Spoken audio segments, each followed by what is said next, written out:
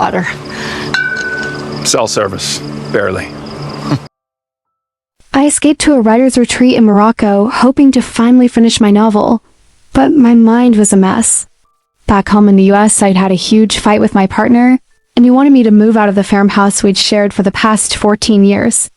I'm usually a productive writer, but the stress and heartbreak were completely blocking my creativity. My name is Catherine, and this is my love story.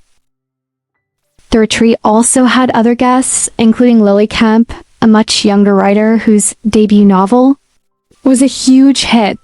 She brought her finance manager boyfriend, Owen, along. It was a bit odd. I just wanted to find a quiet corner to write. Lily, on the other hand, seemed to thrive on the social scene. She loved the attention she was getting from the other writers, especially Rafi Abdo, a huge fan who kept encouraging her to make the most of the retreat. Owen, Lily's boyfriend, seemed completely out of place. He was clearly distracted by his demanding job back in the US, constantly taking stressful calls about some real estate deal. Then the taps in my room suddenly stopped working, and I got completely disoriented while trying to find water. I was wandering around the resort, feeling lost and increasingly panicked, when I bumped into Owen. He was incredibly helpful, and eventually guided me back to my room. The next day, Lily and the other writers decided to stay at the resort for an interview with a reporter. Owen and I, however, took advantage of a planned excursion to a nearby town. I did a bit of writing, but we eventually spent the afternoon sharing our thoughts on travel and the local culture. Owen was different. He had this kind of quiet intensity about him, a seriousness that belied his age. He had kind eyes, a bit weary, and a way of listening that made you feel truly heard. You could tell he was a man of few words, but when he did speak, it was with a thoughtful precision. Unfortunately, our taxi broke down on the way back, but we were incredibly lucky. A local family insisted on taking us in, and we ended up having a delicious home-cooked dinner and spending the evening with them. It was a wonderful, unexpected experience, despite the initial setback. When Owen and I returned, he seemed upset. Lily had been using alcohol and hashish with the other writers, and he had refused to sleep with her. When he mentioned that he had spent the day with me, Lily's jealousy flared up immediately and she felt deeply rejected. Over the next few days, I found a small utility room to work in, finally able to concentrate. Owen, meanwhile, seemed to be playing tour guide for Lily, who always insisted on bringing Rafi along. Owen was constantly on the phone for his work, trying to juggle his business with keeping Lily entertained. He tried his best to make her happy, but things came to a head during an evening game of charades. Lily publicly humiliated him, mocking his lack of literary knowledge in front of everyone. It was incredibly awkward. After the charades incident, I met with Owen.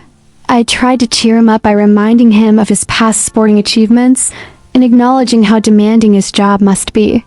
He, in turn, was incredibly complimentary about my career, admitting he'd even Googled me. We spent the rest of the evening talking, sharing personal stories, and getting to know each other better. Then Owen got food poisoning. Lily took off on an extended excursion into the Sahara, leaving him alone. I was anticipating a day of blissful solitude, free from the other writers. I headed to the pool, hoping for some peace and quiet when I unexpectedly ran into him. We got to chatting.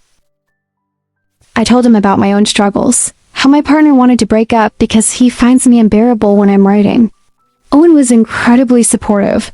He said he admired my dedication to my work and the insights I gained during the process. The next day, we rode into town and enjoyed some time together, which was really special. It felt like we were truly bonding. Lily's behavior spiraled out of control after her trip. She started drinking and using drugs heavily, often stumbling home late at night, disheveled and high. One night, after a particularly loud and disturbing argument with Lily earlier that day, he came to my room, heavily intoxicated. He tried to kiss me, but I gently pushed him away, mentioning our age difference. seemed hurt and offended by my comment. The next morning, Lily tried to apologize to Owen, but her efforts were cut short when she received a text from Rafi. It was a photo proving that they have slept together. Owen left her immediately after seeing it. Then he came to me. He asked if I wanted to leave the resort with him to go on a road trip, just the two of us. Owen and I traveled together and we ended up sleeping together. He told me he had quit his job, finding it increasingly unethical. We even talked about moving to Morocco together, imagining a life there. I had never expected to be attracted to Owen. It felt a bit unconventional given our circumstances, but I found myself drawn to his genuine nature, his quirky sense of humor, and the way he would open up about his own vulnerabilities. Our conversations were surprisingly stimulating and thought-provoking, and I realized I enjoyed his company far more than I initially anticipated. But then disaster struck. My laptop, containing the only copy of my novel, was stolen from me at a beach. 2 years of work, gone.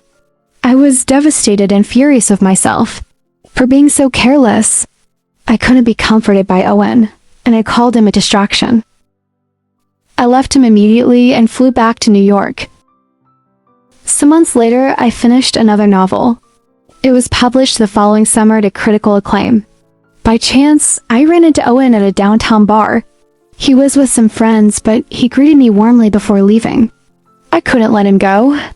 I chased after him, confessing that I'd tried to find him several times, but was too scared to reach out. I also apologized profusely for calling him a distraction, acknowledging the guilt I felt over how I treated him. I also told him that my new book, in a way, was born from our time together in Morocco. Then he kissed me, and in that moment I knew everything would be alright.